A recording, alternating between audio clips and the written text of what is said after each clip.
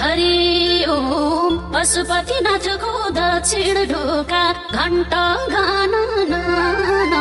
भित्र बस्ने पशुपतिनाथलाई सबैले भजना दक्षिण दिशा जाम भने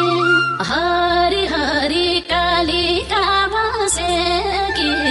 दक्षिण दिशा जाम भने